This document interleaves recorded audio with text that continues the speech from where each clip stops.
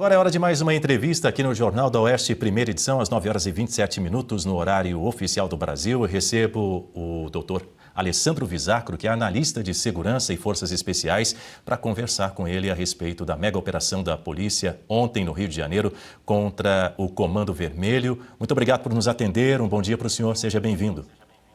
Muitíssimo obrigado. Agradeço o convite e a oportunidade. Eu começo perguntando ao senhor, eu gostaria de uma avaliação do senhor, de iniciar ouvindo o senhor a respeito aí dessa etapa, dessa operação contenção no Rio de Janeiro, uma iniciativa permanente do governo do Rio de Janeiro para conter o avanço do Comando Vermelho. Quero ouvi-lo sobre isso. O Estado do Rio de Janeiro, ele tem buscado vamos colocar dessa maneira, uma estratégia de atrito com as organizações criminosas. Algumas autoridades da cúpula da segurança pública do Rio de Janeiro já admitiram que o Estado não tem fôlego para reocupar o território de forma sistêmica.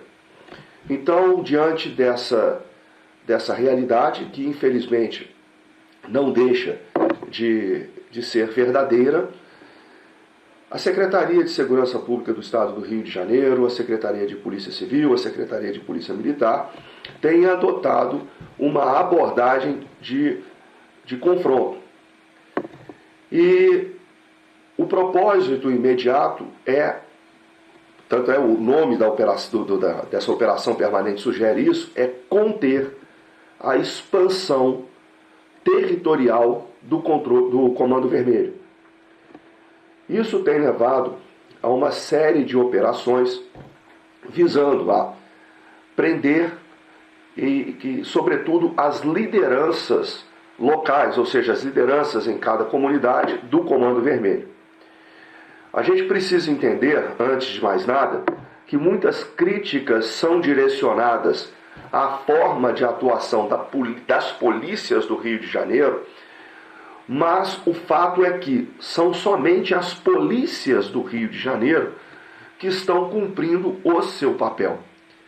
Então, quando se admite que o Estado tem deficiências ou incapacidade de retomar efetivamente o controle territorial desses espaços anárquicos, segregados, que têm sido territorializados por diferentes grupos armados criminais, Comando Vermelho, Terceiro Comando Puro, as diferentes milícias, o fato é que só resta às forças de segurança pública, às polícias, realizarem o enfrentamento.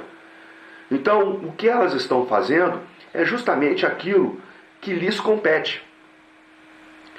E, infelizmente, o estágio de degradação do quadro de segurança do Rio de Janeiro, o nível de expansão que esses grupos armados criminais adquiriram no Rio de Janeiro, tanto na sua capacidade bélica, na sua capacidade militar, que é impressionante. Ontem, na operação, nós tivemos a apreensão de cerca de 100 fuzis de assalto, sem dizer outras armas, granadas de mão, etc. Assim como, não só a sua capacidade militar, mas também a sua capacidade de exercer o controle territorial armado, que é justamente a defesa da territorialidade praticada por esses grupos armados criminais. A Guta Pini é quem faz a próxima pergunta para o senhor. Bom dia, obrigada pela entrevista. Eu gostaria que o senhor, como analista de segurança, falasse para nós, esclarecesse como que é possível essa militarização praticamente do crime organizado, tantos fuzis, tanto armamento, como que isso se dá? Isso é uma ineficiência? Isso é algo que, na verdade, é até estimulado, uma vista grossa? Como que isso é possível? Primeiro, a gente precisa esclarecer o seguinte: essa robustez do arsenal dos grupos armados do Rio de Janeiro decorre do tráfico internacional de armas, ok? A história, ou melhor, o histórico dessas organizações do Rio de Janeiro é marcado por uma constante disputa territorial. Então, talvez a linha mestre dessas dinâmicas criminais no Rio de Janeiro seja justamente as guerras por território. E é essa guerra por território constante, permanente, que tem levado que levou ao longo das últimas décadas a uma corrida armamentista no Rio de Janeiro. Ok? Então os criminosos no Rio de Janeiro, antes de investirem em imóveis, antes de investirem ou diversificar, né, seus bens, eles dedicaram a rentabilidade das atividades ilícitas para uma corrida armamentista, ok? Agora vamos falar sobre o Estado. Ao longo de mais de um século, né, a questão do Rio de Janeiro, se a gente fizer uma análise retrospectiva séria, nós vamos retornar à transição do século XIX para o século XX.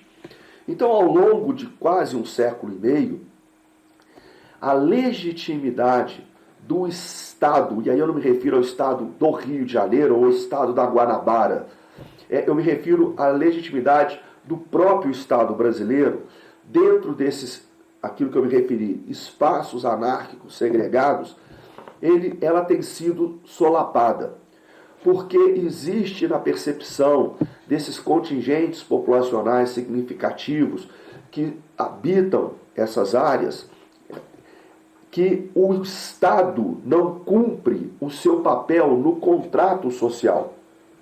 Então, essa perda de legitimidade, essa degradação da legitimidade do Estado, abre espaço para que atores armados não estatais, no caso do Rio de Janeiro, grupos armados criminais, passem a exercer influência direta sobre esses contingentes populacionais e, como esses contingentes populacionais estão confinados dentro desse determinado espaço geográfico, a territorializarem esses espaços. Então nós temos um ator armado não estatal, ou um grupo, ou diversos atores armados não estatais, grupos armados criminais, exercendo influência direta sobre os elementos materiais do Estado, quais sejam povo e território.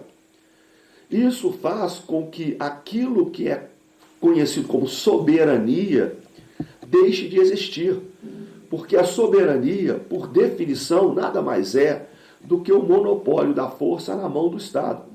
E essa soberania, para ser efetiva, ela precisa ter algumas características. Ela precisa ser una, inalienável, indivisível, imprescindível e exclusiva. Então o que a gente tem é um processo de renegociação das condições de existência do próprio Estado.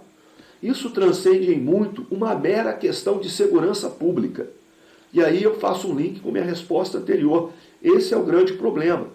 Enquanto o Estado brasileiro e a sociedade nacional continuarem tratando essa grave ameaça como uma mera questão de segurança pública, ou seja, como uma mera questão de polícia, nós não vamos, como sociedade, construir a resposta necessária. É lógico que quando eu falo isso, por favor, não entendam de forma equivocada. Eu não estou advogando que isso deixe de ser um problema de segurança pública e passe a ser um problema de segurança nacional na esfera das Forças Armadas. Não, de forma alguma. O que o Estado brasileiro precisa é de uma orquestração de todas as capacidades coercitivas e não coercitivas disponíveis tanto no próprio Estado quanto na sociedade, para obter efeito político e estratégico decisivo, o que não acontece. Então, é muito importante a gente entender, reitero, que não é uma mera questão de segurança pública. E o que acontece hoje, especificamente no Rio de Janeiro, são que as suas polícias têm travado essa luta sozinhas.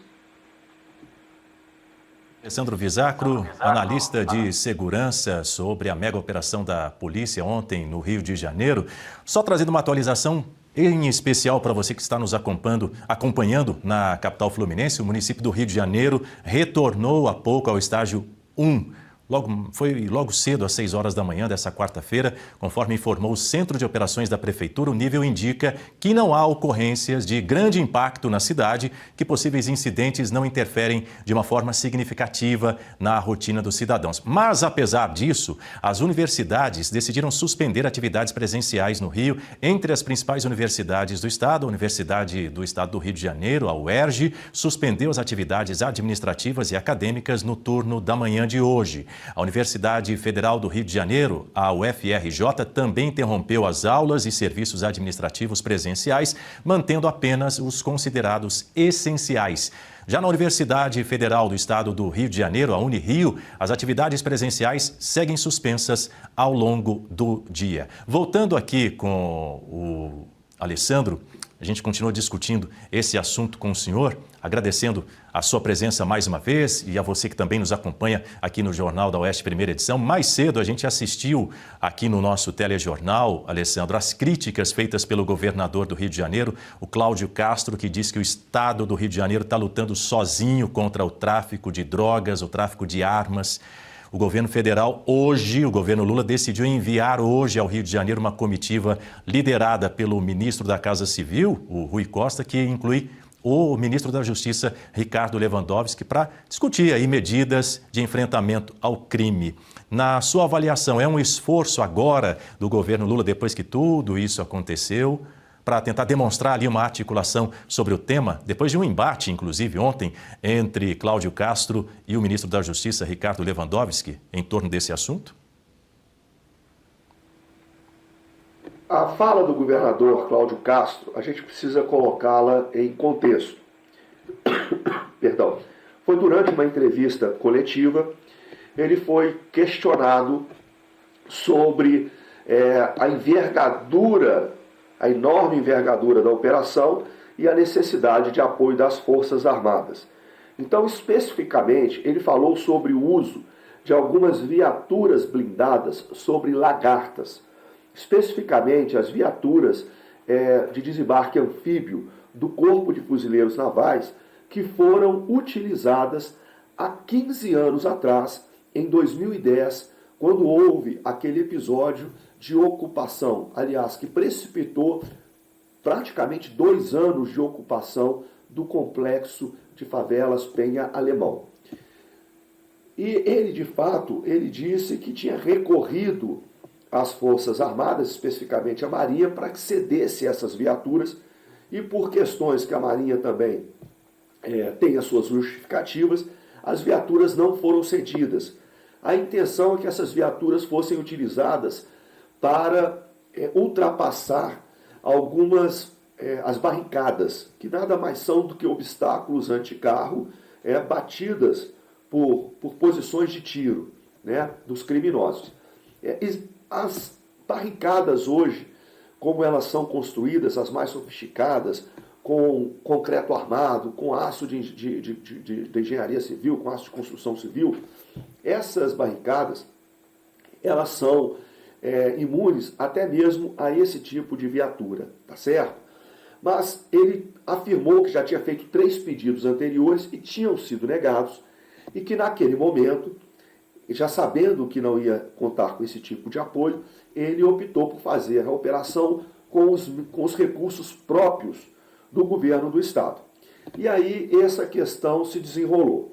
Agora, a gente precisa entender, e aí vamos ser bastante honestos, no seguinte sentido. Não somente a atual administração do governo federal, como todas as administrações anteriores, elas têm deixado esse problema, têm negligenciado esse problema, até mesmo por uma questão constitucional. Porque a nossa Constituição, ela atribui o protagonismo da segurança pública aos estados da federação. E aí foi o que eu falei anteriormente, se a gente trata esse problema tão somente como um problema de segurança pública, o protagonismo verdadeiramente vai ficar na mão do Estado, né? E o uso dos recursos, dos ativos do governo federal em operações anteriores, eles foram inócuos. Então a gente precisa entender isso. Agora, existe uma atual abordagem do governo federal, sobretudo a gente pode constatar no teor da PEC da segurança pública, ela é muito equivocada, ela é muito distorcida. Então, dessa fala do governador Cláudio Castro, houve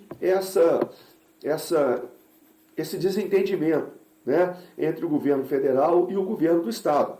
Mas, de forma muito objetiva, eu não diria que não é tão somente o governo do Estado do Rio de Janeiro que está lutando sozinho. Muito pelo contrário. São as forças de segurança pública do Rio de Janeiro que estão lutando sozinhas. A gente não vê a participação de outras agências da própria administração estadual verdadeiramente empenhadas, verdadeiramente engajadas neste problema. Então, o fato não é o governo do Rio que está lutando sozinho. São as forças de segurança pública do Rio que estão lutando sozinhas. Guta Pini tem uma pergunta para o senhor. Eu queria que o senhor esclarecesse para nós quais seriam essas outras forças estaduais que poderiam estar atuando junto ao que o senhor se refere. Todas elas, ok? Porque enquanto a gente imaginar o problema como tão somente uma questão de força bruta, as polícias vão continuar lutando e sangrando sozinhas. Vamos lembrar que ontem nós tivemos 4 policiais mortos, 2 policiais civis e 2 policiais militares. Eu costumo dar um exemplo muito grotesco, muito simples, mas muito claro, ok? O Rio de Janeiro possui entre 1.460 e 1.600 comunidades. Cada comunidade dessa tem suas próprias peculiaridades, suas próprias características, mas tem também alguns elementos em comum. Um desses elementos é degradação ambiental. Todas essas comunidades padecem de degradação ambiental. Em algum momento, vocês já ouviram nós trazermos para a mesa a Secretaria do Meio Ambiente, o Ministério do Meio Ambiente?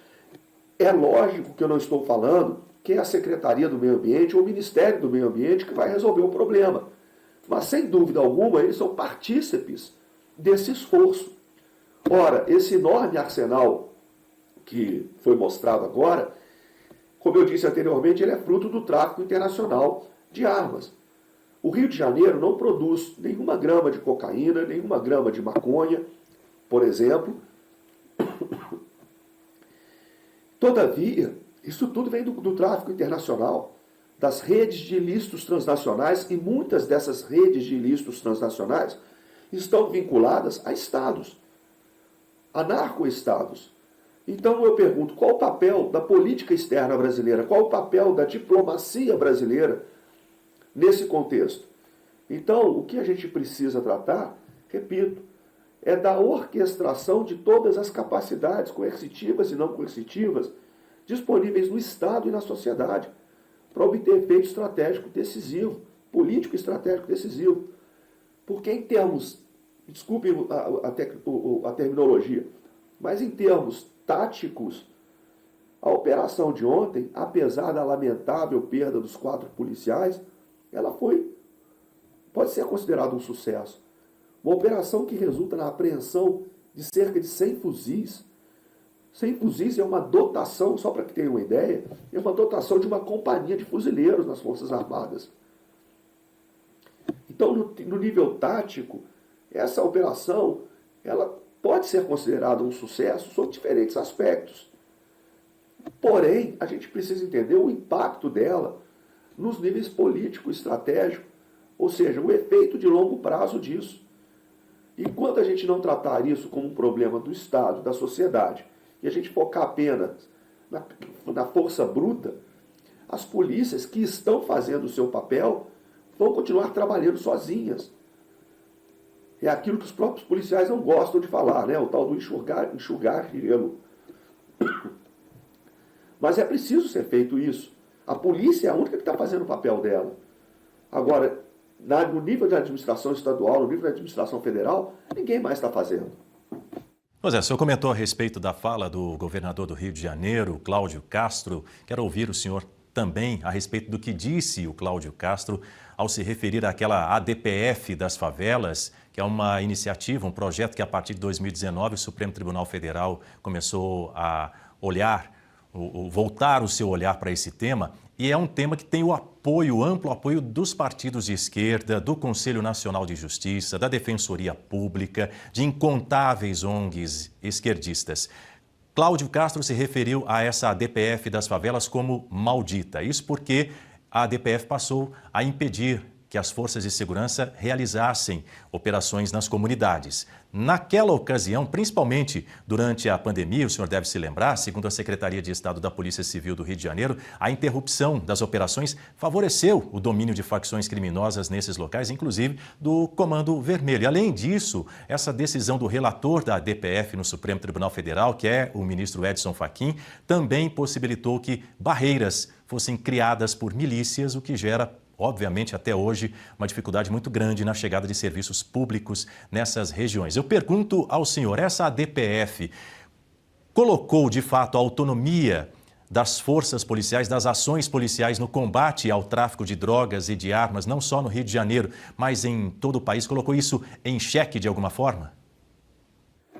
De forma, tentar ser bem objetivo aqui. Primeiro, a ADPF, a despeito talvez da sua iniciativa, da boa vontade, da boa intenção que a originou, ela foi instrumentalizada, ela foi capturada para fins políticos, sem dúvida alguma.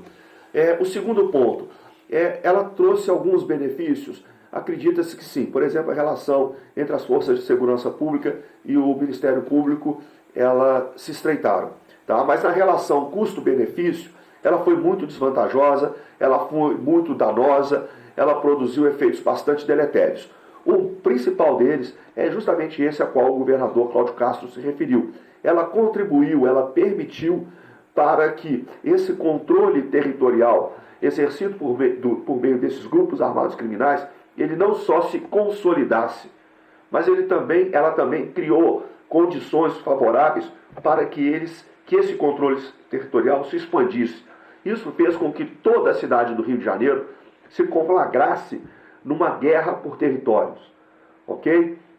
Então, o efeito prático da DPF 635, embora, se a gente for observar lá, ela não proíbe, não veta categoricamente as operações, mas ela criou uma série de constrições que, em termos práticos, restringiu significativamente o acesso das forças de segurança pública dentro dessas comunidades.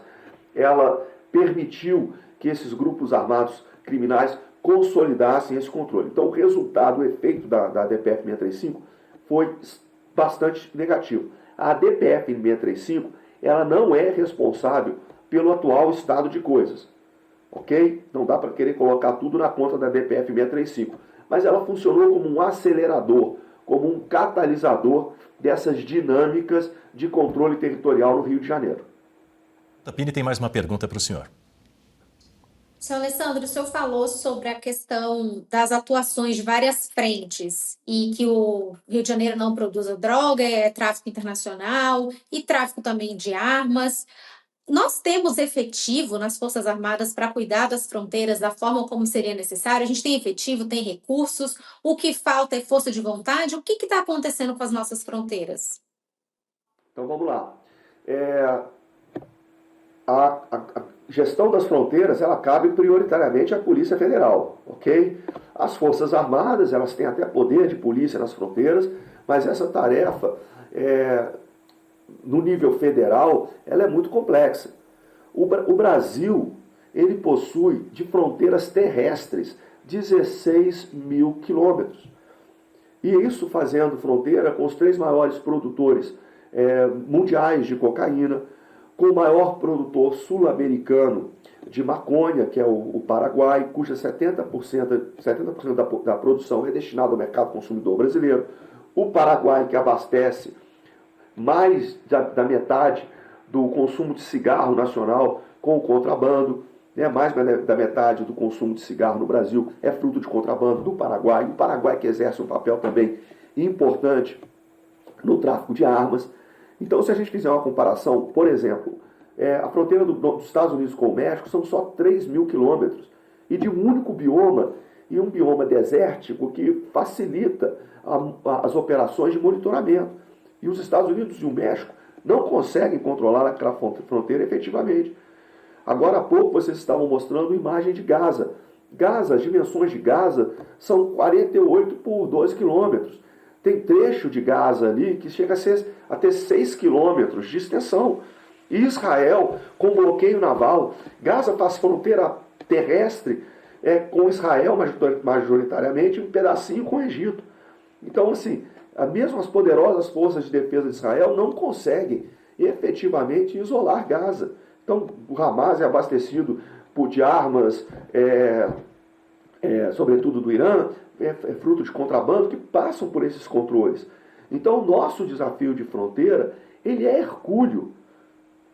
Então, mas é esse tamanho do desafio, não só na fronteira, como na comunidade, como eu me referi anteriormente, que padece de degradação ambiental, uma economia majoritariamente informal, todos esses elementos que compõem um problema extremamente complexo, não pode ser reduzido a um problema que compete às polícias do Rio.